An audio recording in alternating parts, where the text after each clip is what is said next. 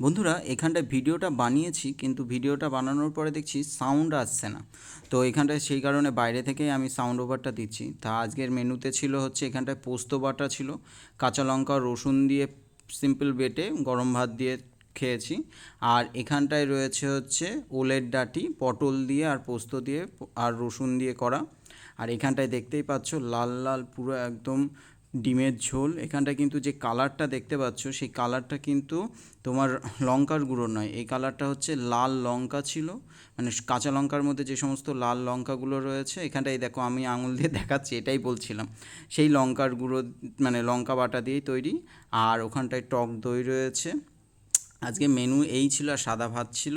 আর এই যে মা এখানটায় যেরকম প্রত্যেক দিন বলে যে মায়ের মেনুটা কেমন হয়েছে তোমাদেরকে বলতে বলে, তারপরে তোমরা ভালো থেকো সুস্থ থেকো। আর এই যে মা হাসছে কারণ আজকে মা একটা ভুল কাজ করেছিল, সেই কারণে মার মুডটা অফ ছিল।